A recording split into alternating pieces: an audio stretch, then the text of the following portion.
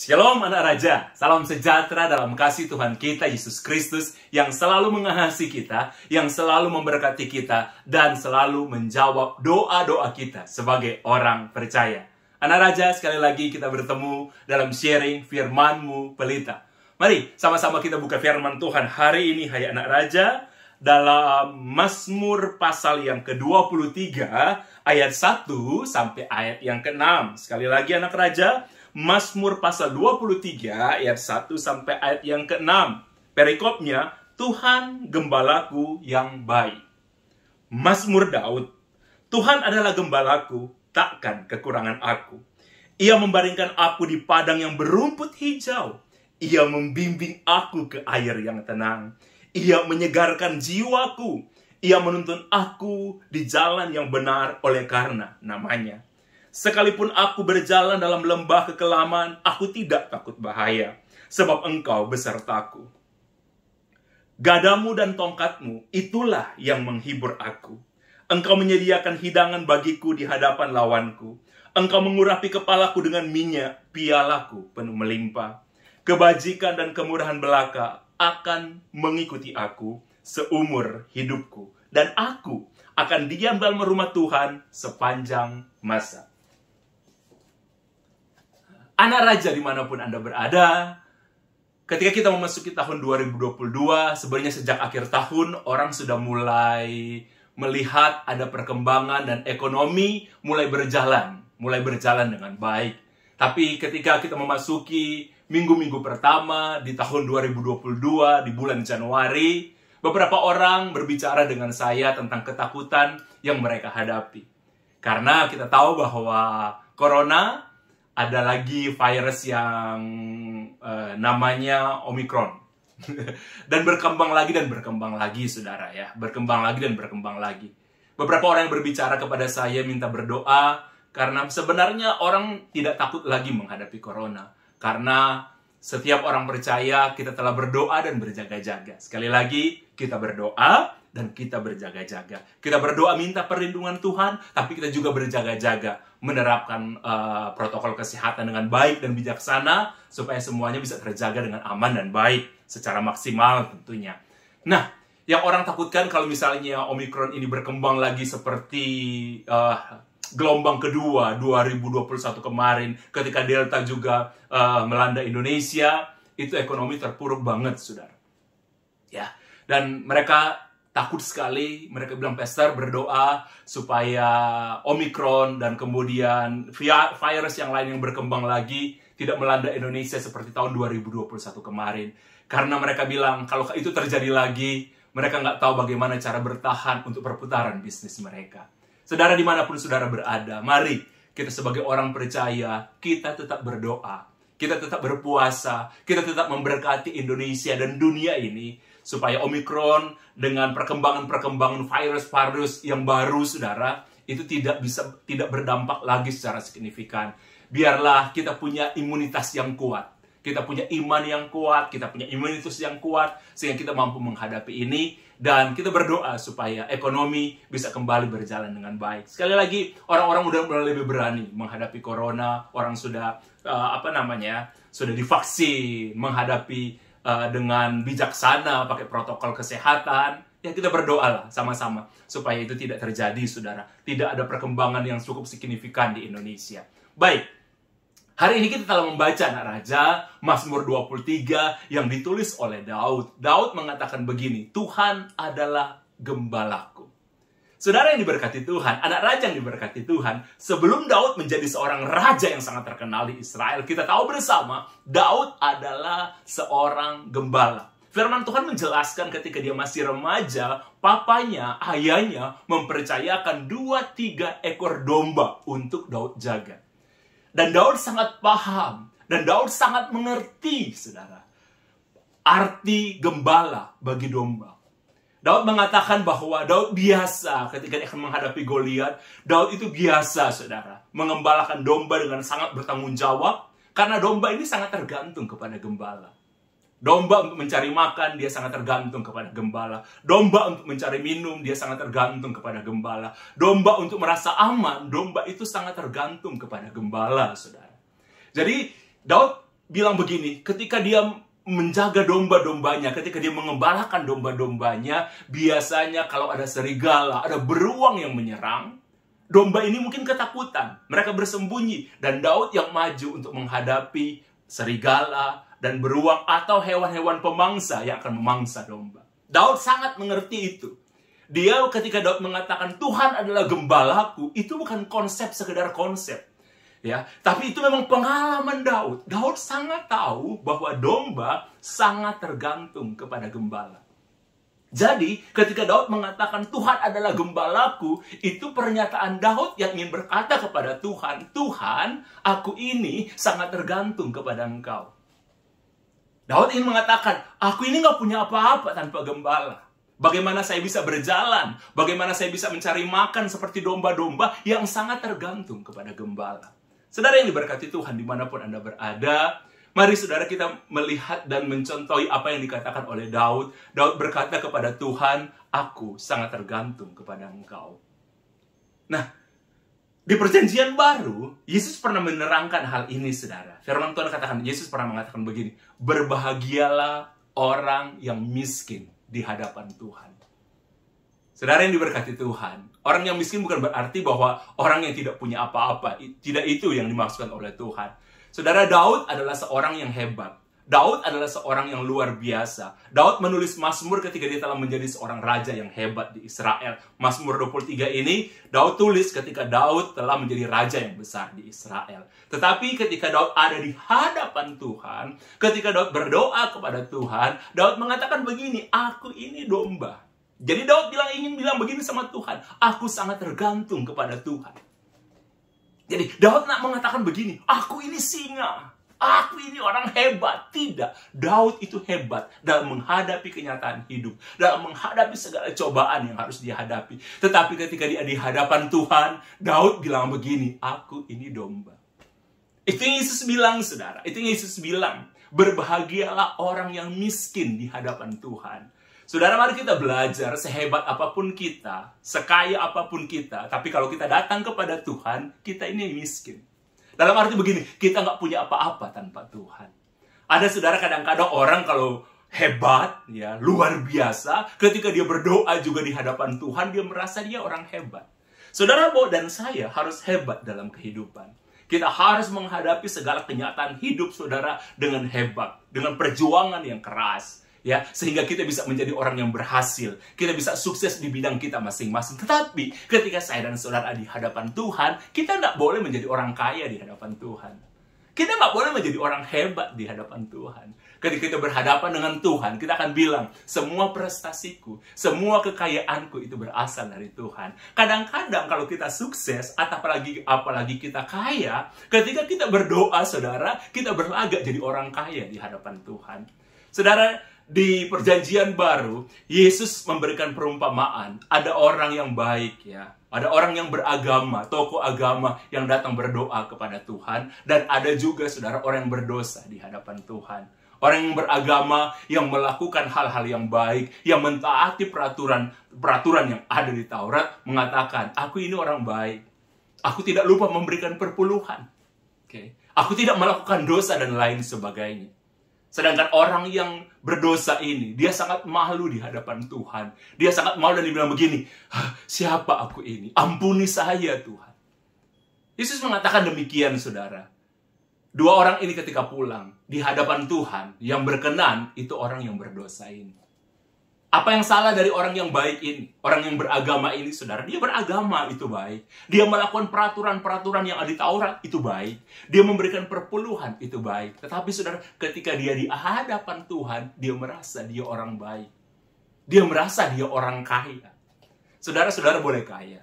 Saudara dan saya boleh berhasil, kita boleh sukses, kita boleh jadi orang hebat di hadapan orang-orang lihat kita hebat. Di hadapan lawan-lawan kita, orang boleh tahu kita orang berhasil, kita orang sukses, kita yang mencapai sesuatu dalam kehidupan. Tapi ketika kita di hadapan Tuhan, jadilah orang yang miskin di hadapan Tuhan. Seperti Daud bilang begini kepada Tuhan, Tuhan, aku ini domba, engkau itu gembala. Sekali lagi Daud ingin menerangkan kepada Tuhan, aku sangat tergantung kepada Tuhan. Aku tidak bisa apa-apa tanpa Tuhan. Bahkan ketika Daud menghadapi Goliat, Daud menghadapi Goliat. Dia bilang kepada Goliat begini, kamu datang dengan lembing, tapi aku datang menghadapi engkau di dalam nama Tuhan. Sekalipun Daud ceritakan pengalamannya dia, saudara, bagaimana dia mengembalakan domba-domba dan melindungi domba-dombanya. Tapi itu hanya pengantar. Tapi ketika Daud berhadapan dengan Goliat, Daud bilang begini, aku datang dalam nama Tuhan.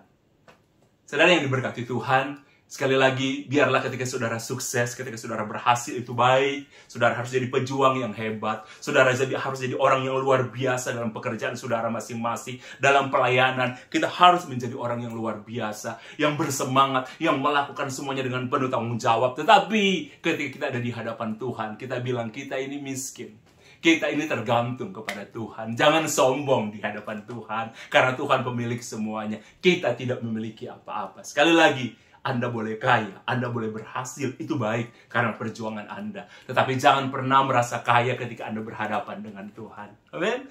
Jangan pernah merasa orang hebat ketika saudara bertekuk lutut di hadapan Tuhan. Ketika saudara berdoa, karena Tuhan pemilik segalanya. Saudara boleh memiliki semuanya. Saya juga bisa memiliki apapun yang saya miliki. Tetapi saudara, di hadapan Tuhan, kita ini miskin. Jadilah orang yang rendah hati di hadapan Tuhan. Jadilah orang yang mengakui bahwa Tuhan adalah gembala kita. Daud mengatakan begini, Tuhan adalah gembalaku. Makanya Daud bilang begini, takkan kekurangan aku. Di tengah-tengah dunia, saudara, manusia sekaya apapun tetap ada kekurangan. Betul ya? Sekaya apapun. Saudara, saya sudah melayani puluhan tahun. Saya telah melihat orang seberhasil apapun tetap ada kekurangan. Orang sesemangat apapun, saudara, sepositif apapun, yang kelihatan tidak ada masalah sekalipun, tetap ada kekurangan. Oke? Tapi Daud bilang begini, kalau Tuhan menjadi gembala, aku tidak akan kekurangan. Karena begini saudara, kalau Tuhan menjadi gembala kita, apa yang menjadi kekurangan kita, itu Tuhan akan mengatasinya buat kita. Saudara, sempurna-sempurnanya kita. Saya selalu melihat saudara, ada orang yang berhasil, ada orang yang sukses, ada orang yang kaya, tapi dia punya masalah di keluarga. Itu kekurangan karena kita manusia. Makanya kenapa saudara dan saya butuh Tuhan. Karena yang menciptakan kita Tuhan. Yang tahu kekurangan kita itu Tuhan. Dan yang bisa mengatasi kekurangan kita yang tidak bisa kita atasi itu hanya Tuhan. Ada kekurangan yang kita bisa atasi. Tetapi ada kekurangan yang tidak bisa kita atasi. Nah itulah saudara butuh Tuhan. Makanya Daud mengatakan, kalau saya menjadikan Tuhan sebagai gembala, aku tidak akan kekurangan. Wow, keren sekali lagi saudara. Saudara siapapun saya, siapapun saudara. Sesempurna apapun kita, sesukses apapun kita, sepintar apapun kita, secerdas apapun kita, kita manusia tetap punya kekurangan. Itulah kenapa saudara butuh Tuhan. Kenapa saudara butuh Tuhan? Biar Tuhan yang akan mengatasi kekurangan yang tidak bisa saudara atasi. Amin, saudara yang diberkati Tuhan. Yes, Tuhan adalah gembalaku, Daud bilang, takkan kekurangan aku. Dan Daud bilang begini, sekalipun aku berjalan dalam lembah kekelaman, aku itu tidak takut bahaya. Sedang kehidupan kita sebagai orang percaya, Daud tidak mengatakan begini, Tuhan membebaskan aku dari lembah kekelaman. Tidak. Daud bilang, Daud mengatakan kenyataan bahwa kadang-kadang dalam kehidupan kita akan menghadapi lembah kekelaman. Daud pernah menghadapi lembah kekelaman di kerajaannya. Dia raja yang besar. Tapi dia pernah menghadapi apa yang disebut dengan lembah kekelaman. Bagi domba, lembah itu tempat yang sangat menakutkan. Bahkan saudara, biasanya orang kalau dalam perjalanan akan selalu menghindari berjalan dalam lembah di malam hari.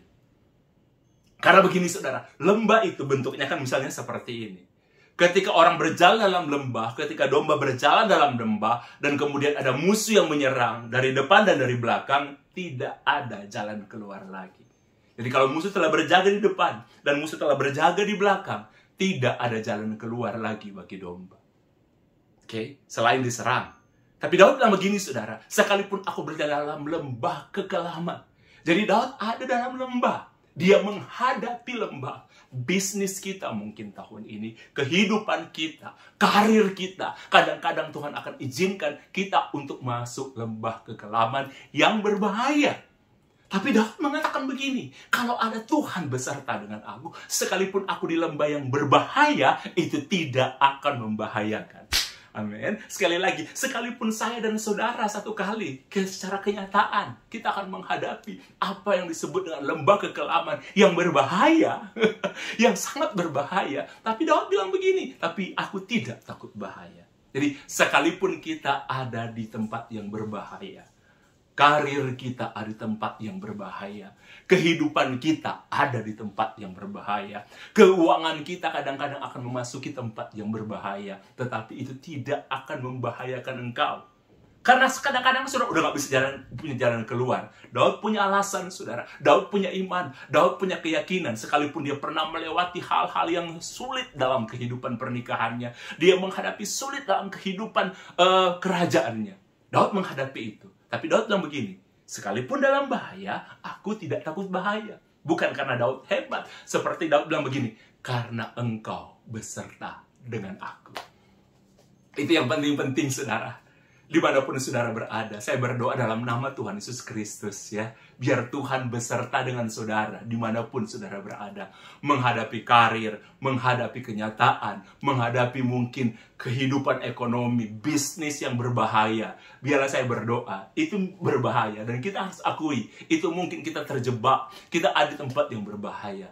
Tapi sekalipun saudara berbahaya, di dalam lembah bahaya, itu tidak akan membahayakan engkau. Kata firman Tuhan apa?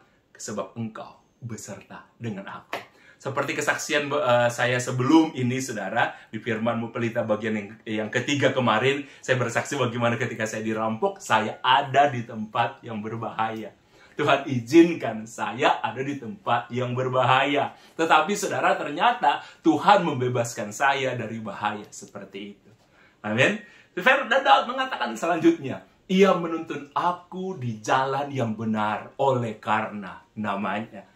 Saudara, di tengah-tengah dunia kayak seperti ini, sulit untuk kita bisa, saudara, berjalan di jalan yang benar. Di jalan yang benar berarti begini, karir saudara ada di jalan yang benar. Amin. Di jalan yang benar berarti bisnis saudara ada di jalan yang benar. Kalau saudara beserta dengan Tuhan, kalau saudara bersama-sama dengan Tuhan, melibatkan Tuhan, saudara, di dunia ini ada begitu banyak jebakan yang dibuat oleh musuh.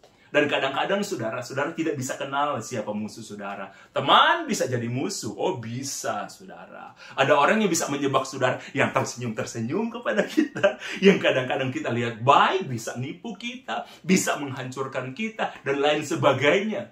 Tetapi Daud bilang begini, saudara, ia menuntun aku di jalan yang benar. Kalau bisnis kita minta Tuhan sertai, bisnis kita akan berjalan di jalan yang benar.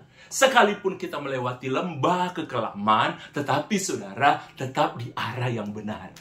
Amin. Jadi sekalipun saudara, bisnis kita ada di lembah kekelaman, kita memasuki lembah kekelaman, tetapi kalau ada beserta dengan Tuhan, oleh karena namanya, oleh karena nama Yesus, nama di atas segala nama, dia tetap akan menuntun kita di jalan yang benar. Jadi akhirnya saudara, karena kebenaran itu saudara akan membebaskan kita. Kebenaran itu, saudara, firman Tuhan katakan akan memerdekakan kita. Amin. Amin. Saudara, jadi firman Daud bilang begini, ia menuntun aku di jalan yang benar oleh karena namanya.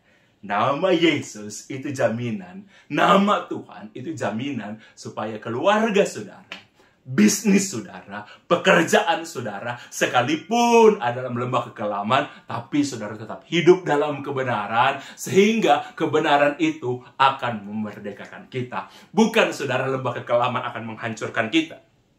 Amin. Saya berdoa, saudara tetap harus berdoa, minta petunjuk dari Tuhan. Saya sering berdoa, saudara, kepada beberapa orang pengusaha, beberapa orang yang saya kenal, walaupun tidak selalu saya omong kepada mereka, tapi kami selalu minta, Tuhan, berikan mereka hikmat. Berbicara kepada mereka dengan pengertian yang mereka bisa mengerti. Berbicara mereka dengan kata-kata yang bisa mereka mengerti lewat apapun. Supaya bisnis mereka ada di jalan yang benar. Sekalipun aku melewati lembah kekelaman, aku tidak takut bahaya. Ia menuntun aku di jalan yang benar. Gadamu dan tongkatmu, itulah yang menghibur aku.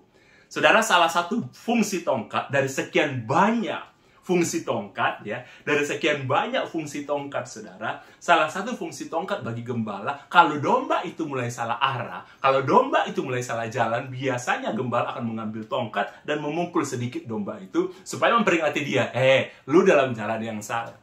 Jadi dari sekian banyak fungsi tongkat bagi gembala, ya dari sekian banyak fungsi, ada salah satu fungsinya itu kalau ada domba yang mulai melenceng jalannya, biasanya gembala akan pukul domba itu, memperingati domba itu dengan pukulan. Dan Daud bilang begini saudara, gadamu dan tongkatmu itulah yang menghibur aku.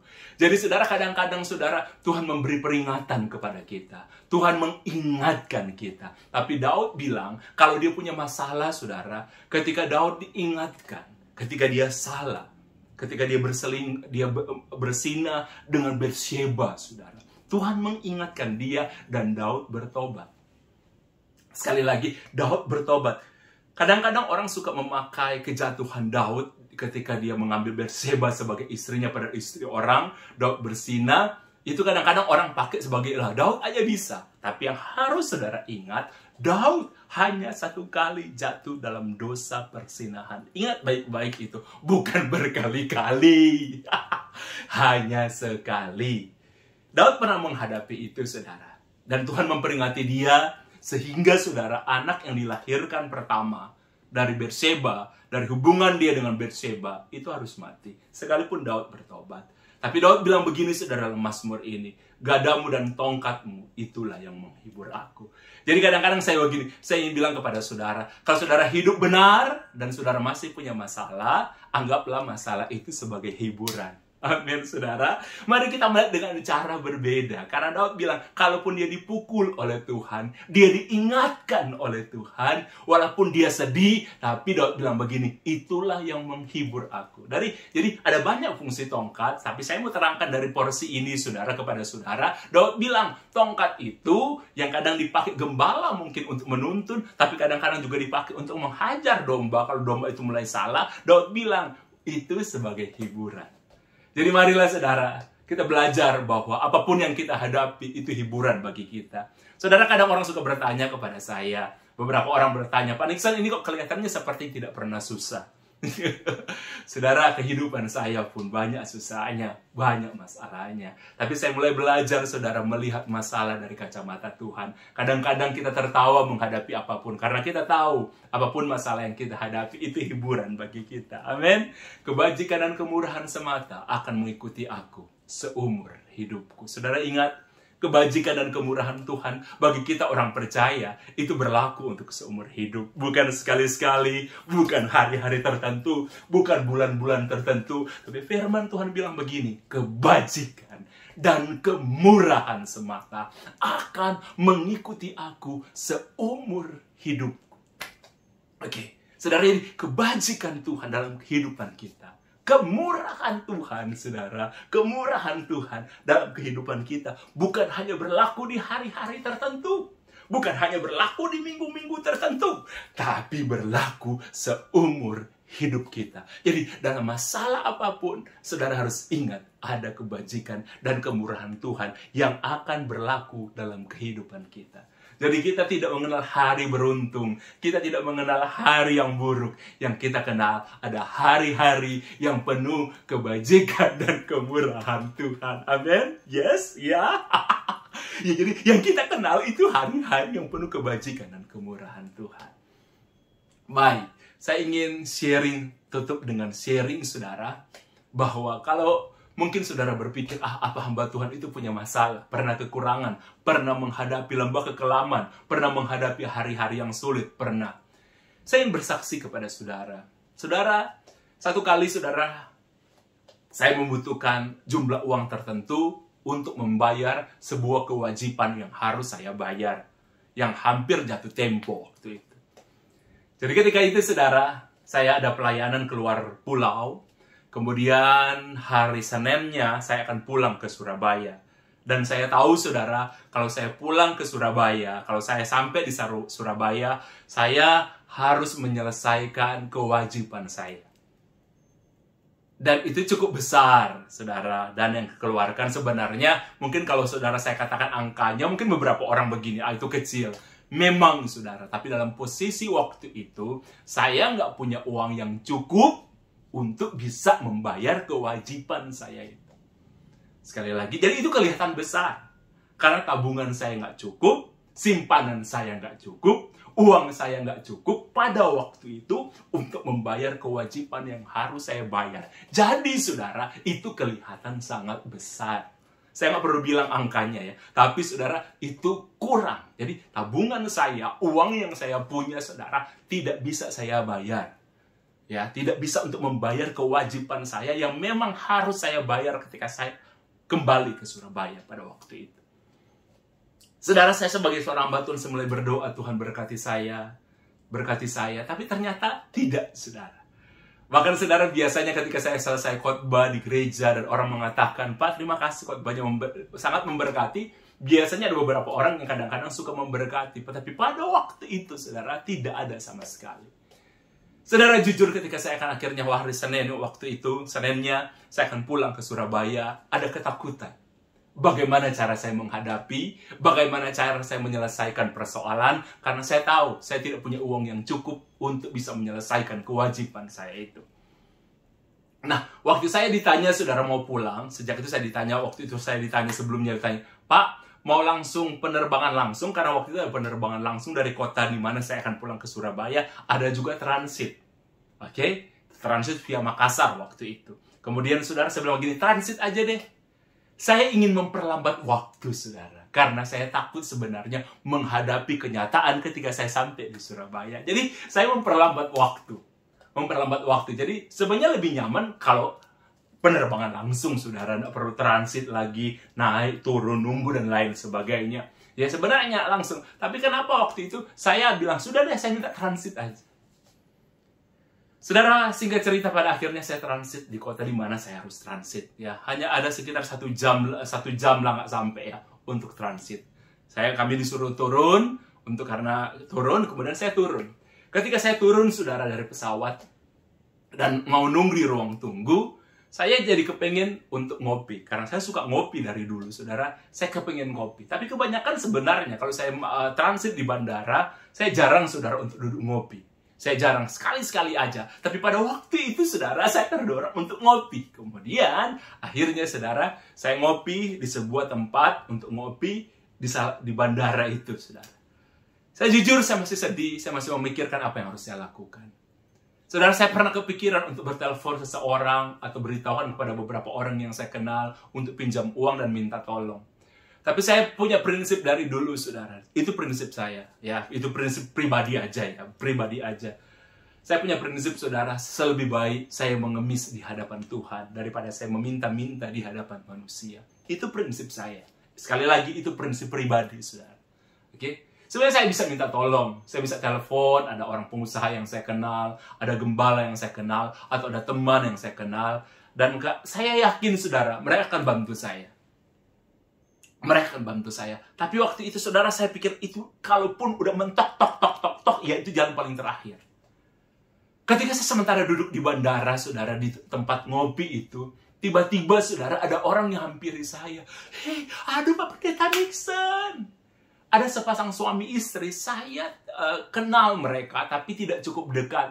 Jadi, saya, aduh, Pak Pendeta Nixon. Ibu itu malah gini, puji Tuhan, Pak Pendeta Nixon. Kok akhirnya kita ketemu, Pak Pendeta Nixon? Loh, kenapa, Bu? Dia itu seperti bersuka cita. Dia dan suaminya, saudara. Mereka bilang kepada saya, Pak Pendeta Nixon, kami jujur aja, saya, suami, dan anak-anak, Pak Pendeta Nixon itu favorit kami ketika Pak Pendeta Nixon untuk khotbah. Kami sangat-sangat selalu diberkati. Nah, beberapa waktu yang lalu, minggu yang lalu, ketika diumumkan di gereja pada minggu yang depan, itu Pak Pendeta Nixon, Pastor Nixon yang akan khotbah, saya dan suami senang sekali dengan anak-anak. Nah, waktu hari Seninnya kami ada di rumah, tiba-tiba saya itu digerakkan Tuhan untuk memberikan berkat, untuk memberkati Pak Nixon. Saya ngomong kepada suami saya, dan suaminya bilang begini, iya. Dan kemudian, saudara, ketika mereka berdua berbicara, ternyata, saudara, berapa jumlah yang akan mereka berikan kepada saya untuk memberkati saya, sama. Yang Tuhan taruh di hati suami maupun ditaruh di hati istri. Jadi mereka bilang, ibu itu cerita, Hari Senin itu juga Pak Pendeta Nixon, kami nak mau tunda-tunda, kami ambil uang cash, kami masukkan dalam amplop, kami siapkan, saya dan suami bilang, kalau nanti hari Minggu kita ketemu Pak Nixon, selesai Pak Nixon khotbah, kami akan temui Pak Nixon dan Pastor Nixon, kemudian kami akan memberikan berkat ini kepada Pastor Nixon. Tapi apa yang terjadi?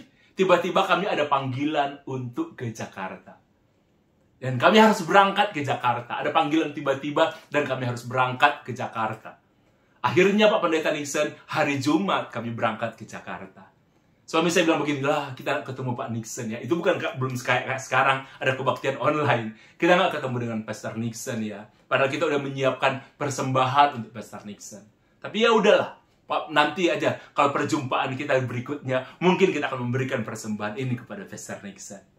Nah, ketika mereka cerita, ketika mereka ada di Jakarta, mereka sempat mampir ke sebuah pusat perbelanjaan, kemudian saudara mereka berbelanja. Nah, ketika mereka akan menggesek kartu mereka untuk bayar, ternyata kartu mereka gesekan itu saudara, itu bermasalah. Mereka bilang begini, Bu, bayar cash aja kalau bisa. Nah, waktu mereka mau ambil mereka begini, loh, kan pas di tasnya ibu ini, dia bilang, ada uang yang udah disiapkan untuk diberikan kepada Pastor Nixon. Dan mereka bilang begini, suaminya bilang begini, apa kita pakai ini? Tapi akhirnya mereka putuskan, jangan. Itu kita sudah amplopin, kita udah bungkus, jangan kita ambil. Ya, oke. Kita tetap harus berikan kepada Pastor, entah itu kapan. Tapi jangan dibuka lagi, karena ini udah disiapkan untuk Pastor Nixon. Mereka bilang, mereka tidak pernah menyangka. Mereka bilang sama saya, harusnya mereka juga dari Jakarta untuk berangkat ke kotanya mereka mau terbang langsung. Tapi nggak tahu kenapa mereka akhirnya putuskan ambil tiket untuk transit. Dan saudara, akhirnya mereka juga transit di kota itu. Dan ketemu dengan saya. Sambil menangis, saudara, mereka bilang begini, Pak, Pastor Nixon, Pendeta Nixon, puji Tuhan, Tuhan mempertemukan kita. Ini persembahan yang sudah kami siapkan untuk Pastor Nixon. Saudara yang luar biasa. Wow, itu super keren. Itu super keren, saudara. Saya nangis, kemudian saya ceritakan kepada mereka. Dan berkat yang Tuhan berikan itu luar biasa, saudara. Saya bisa membayar kewajiban saya. Tanpa saya harus mengambil bahkan simpanan dan tabungan saya. Dari uang yang mereka kasih itu tebel sekali, saudara. Itu sudah cukup bagi saya untuk membayar kewajiban saya. Bahkan lebih. Itu Tuhan, saudara. Saya sempat sedih, saya sempat panik, saya sempat berpikir apa yang harus saya lakukan.